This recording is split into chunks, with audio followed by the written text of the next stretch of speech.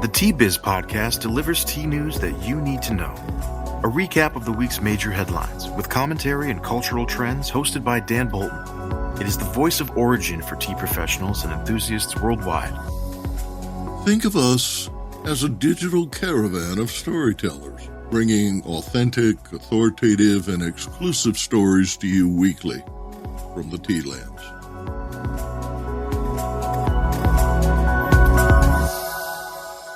Hello, everyone. Here are this week's headlines. Restaurants are clawing their way back to normal. Tea is a bit tepid in grocery, tea in 22 forecast, and Nepal tea exports plunge. More in a minute, but first, this important message. What makes a perfect cup of Ceylon tea? The perfect cup is from the tea businesses that ensure the protection of all the children living within their tea estates. We salute Kailani Valley, Telawakili, Bogawantalawa, Harana, and Eliftia tea estates. Support Save the Children, Sri Lanka. Despite easing lockdowns, customer counts continue to lag, leading to sluggish tea sales in U.S. restaurants and cafes. Winter normally boosts hot tea sales to seasonal highs, but steep hikes in menu prices, reduced hours of operation, and fears of COVID infection kept customers home after the holidays. Tea sales in food service declined an estimated 40% in 2020, according to market research firm Global Market Insights in Shelbyville, Delaware. Recovering those lost dollars is closely tied to a return to normal that is gaining momentum in 2022.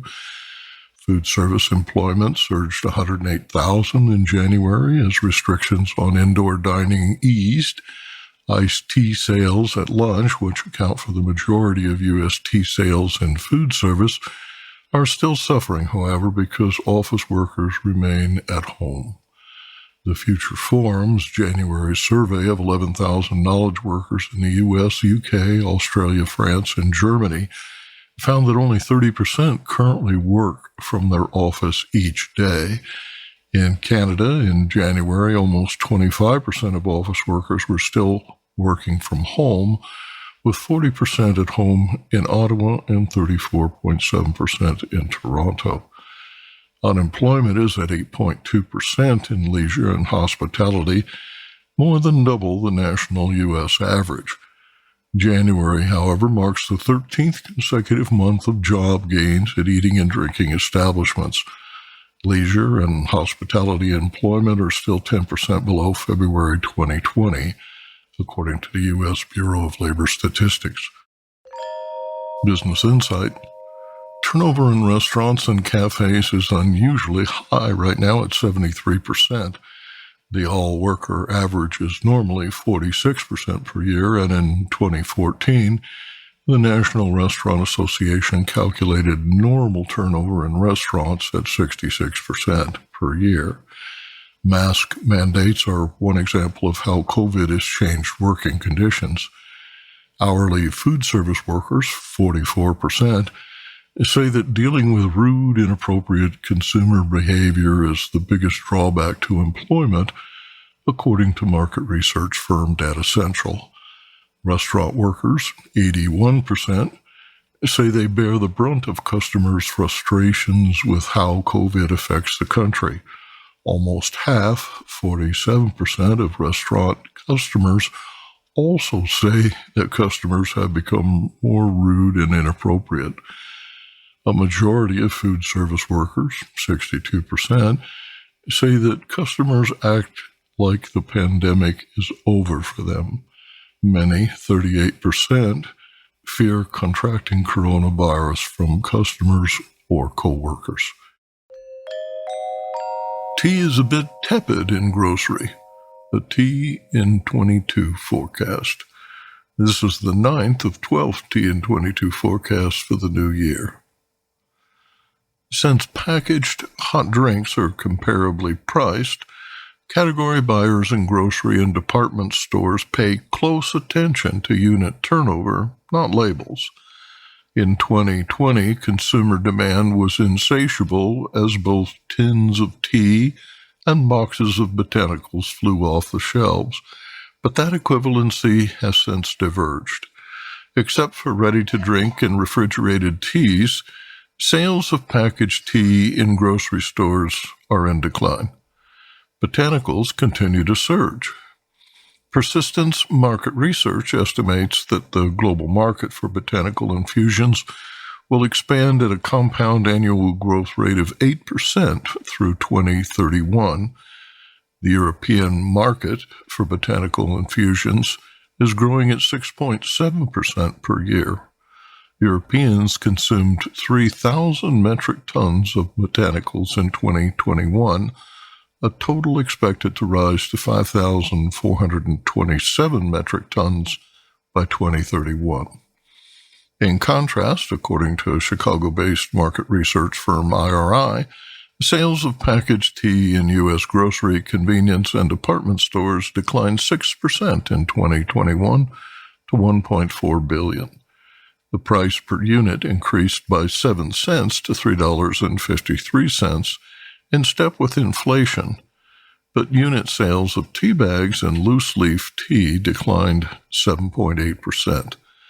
Sales value of canned and bottled teas grew 4.4% to $4.3 billion, but here, too, unit sales declined 2.8%, mainly due to food service closures.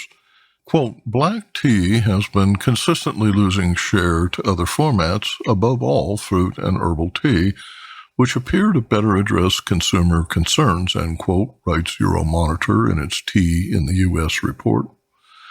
When grouped as a single category that includes teas, tisanes, rooibos, and yerba mate, spending on plant-based botanicals is sufficient to lift the larger tea category to positive growth.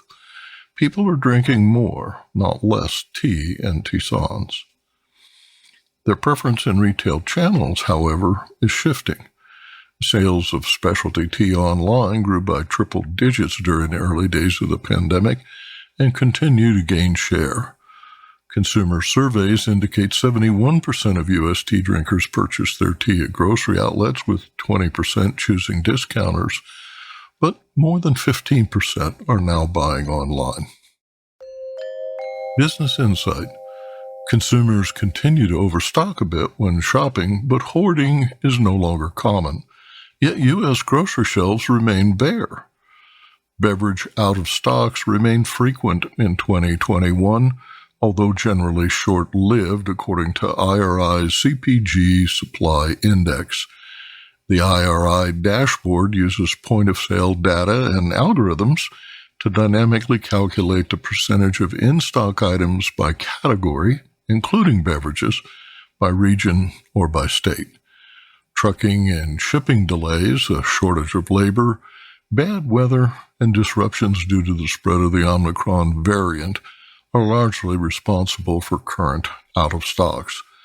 This week, out-of-stocks averaged 19% for beverages, including RTD tea, up from 16% the week ending January 30th. The IRI index shows 78% availability for all packaged goods, edible and non-edibles, with out-of-stocks running as high as 46% in some categories. The service is free. Nepali tea exports plunged by a third as India exerted greater control over a porous border while simultaneously cracking down on packeteers that illegally blended tea passed off as Indian-grown. The Kathmandu Post reports that during the period July 2021 through mid-January 2022, tea shipments declined by more than 33%. Volume fell to 6,590 metric tons. Value declined by 920,000 rupees to 1.85 billion rupees, about $15.4 million US dollars. Last November, India notified Nepal producers that it would suspend their import license if it found they had exported low-quality teas, teas that did not meet food safety standards, and teas that did not list the country of origin. Nepal imports are often priced well below nearly identical teas grown in India. India also refused shipment of Nepal tea arriving from countries other than Nepal. India and Nepal trade under a tariff-free agreement, but that does not preclude India from stopping shipments under different pretexts, according to Deepak Kanal, Nepal's director of the National Tea and Coffee Development Board. Kanal told the newspaper that, quote, unauthentic rumors besmirching the quality of tea contributed to the decline. He cited the fact that India imposed a requirement for 2 separate laboratory tests instead of the previous requirement for 1 lab certification, a policy that stranded 6,000 metric tons of export-ready tea in Yapa.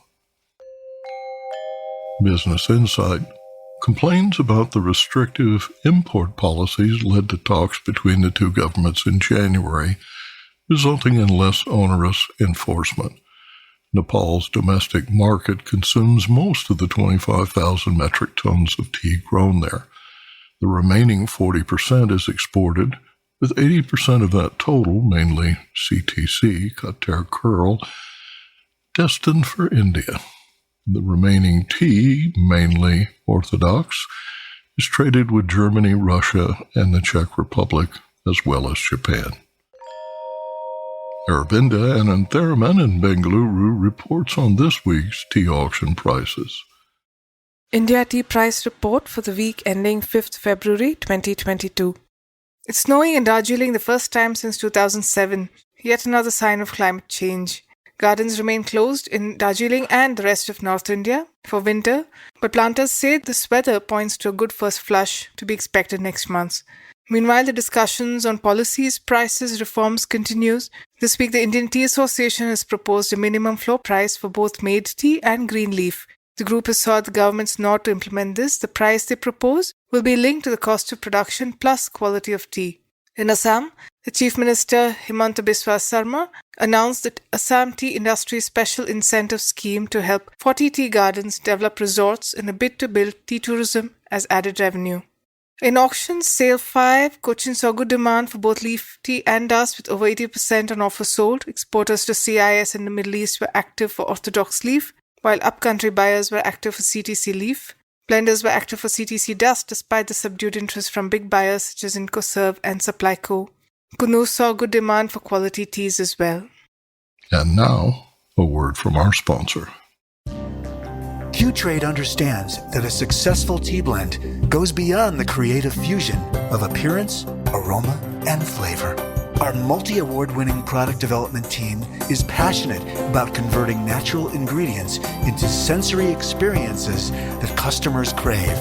Every recipe is formulated with a commercial backbone of dependable quality sourcing with a pricing structure that supports a safe, regulated, profitable, and scalable blend. Q-Trade meets every brand's retail, food service, and e-commerce need. For more information, visit our website, qtradeteas.com. This week, Tea Biz travels to South America, where tea lovers from across Brazil are organizing the country's first Tea Culture Week, scheduled for early August 2022. Amigos dos Cha founder Elizeth R.S, Ellie to her friends, and Yuri Hayashi, founder of Escola de Chá in São Paulo, announced the event. Ellie joins us this week to discuss tea culture in Brazil. The more than 200 million people living in Brazil, a country hard hit during the pandemic, are traversing a familiar path as health-conscious consumers seek plant-based foods and beverages. Brazilians traditionally consume great quantities of coffee and herbal infusions, but will for the first time this year celebrate one of South America's least well-known tea cultures, which dates to the early 1800s. Brazilians drink an average of 10 cups of tea annually, a quantity that has increased from a mere 18 grams per person consumed in 2016, well below Chile's 730 grams per head, and much less than Ireland's 2.2 kilo per person average. The popularity of ready-to-drink tea is growing alongside Brazil's thirst for loose-leaf Camellia sinensis, but averages less than 1 liter per person per year. Yerba mate remains popular in the south of Brazil. Yet during the period 2013 to 2020, tea consumption increased 25%, quote, almost double the world average of 13%, end quote, according to market research firm Euromonitor. In the past 5 years, specialty tea cafes and franchise tea emporiums have flourished, says Ellie. Ellie, will you describe for listeners the tea market in Brazil? When we started our activities in Brazil in the 90s, imported teas from the Netherlands and later from Germany, the tea market did not exist yet. We didn't have the marketing tools we have today. We had to work in this way, face-to-face and direct sales B2B. It was going slowly, but we knew that one day this couldn't change it. We can say that the tea market in Brazil really started 5 years ago when there was a boom of new tea shops, specialized stores, new tea specialists, sommeliers, enthusiasts, and tea courses. In addition to tea course in 2013, we had the first official institution of tea teaching called Escola de Chá Embahú, founded by Yuri Hayashi and her husband Claudio Brizigello. In parallel with this leap in the market, we saw the growth of a tea community on social networks, which motivated a great number of consumers and tea lovers. I have to say that was in 2020 with the pandemic that we felt a greater demand for a healthy lifestyle, generating a significant increase in the healthy food and beverage sector, including, of course, teas, blends, and tisanes. We feel that the market is growing, still growing, and due to the versatility that we have with Camellia sinensis, and according new tendencies within mixology and culinary, we are gaining strength to dispel the myths that the tea is just a hot drink to have in a winter season. Today, our market have a growing number of tea imports, and it's worth to mention that Brazil has a little tea producers community aiming for quality tea. By the way, do you know that Brazil was the first country to produce tea in the Occident? The introduction of tea cultivation began in 1810 with the arrival of seeding seeds and Chinese to Brazil. Tea Culture Week, scheduled for August 1st to 7th, will feature online and in-person activities across the country. Retailers, marketers, tea educators, and volunteer enthusiasts have been planning the event for months, according to Ellie. Events include special tastings, formal afternoon tea, gift offers, and discounts to encourage sampling, as well as public presentations, workshops, and gatherings in parks and tea houses. Will you describe the goal you have in mind? Our focus is to expand its market and bring a minimum of knowledge to Brazilians on this topic. We want also to keep the culture alive. Will be a little contribution for our tea market. How do you see the future of tea in Brazil? This is the question that I am excited to answer because I am very positive in the tea market. Always I have been positive. I am 27 years in the tea market here in Brazil. I pass not so easy time, and I am still here. And I have a lot of projects, still I have. So I can say that with the help of such engaged and serious people who have knowledge and such a clear vision of our tea market, all this energy can only give us a lot of hopeness for our future. I believe that in order to obtain a well-structured market, it's necessary to create awareness and consistency with our Brazilian consumer. The consumer is the key. Teaching them is necessary in order to spread this ancient culture.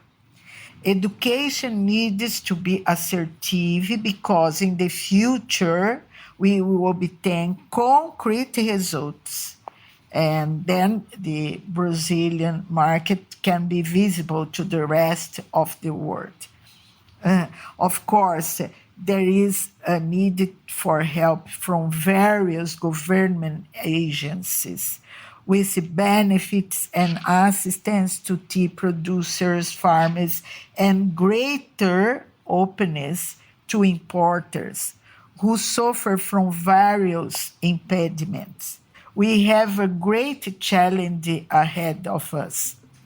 The tea movement is just beginning, a tip of the great iceberg, which is to spread tea culture in Brazil. But the must touch and important thing is that the tea brings us together in a passionate way, stirring our senses. This is what we like to show and teach for those who have not yet experienced this delightful beverage. And to those who already know, we ask them to help us to spread this culture around our country.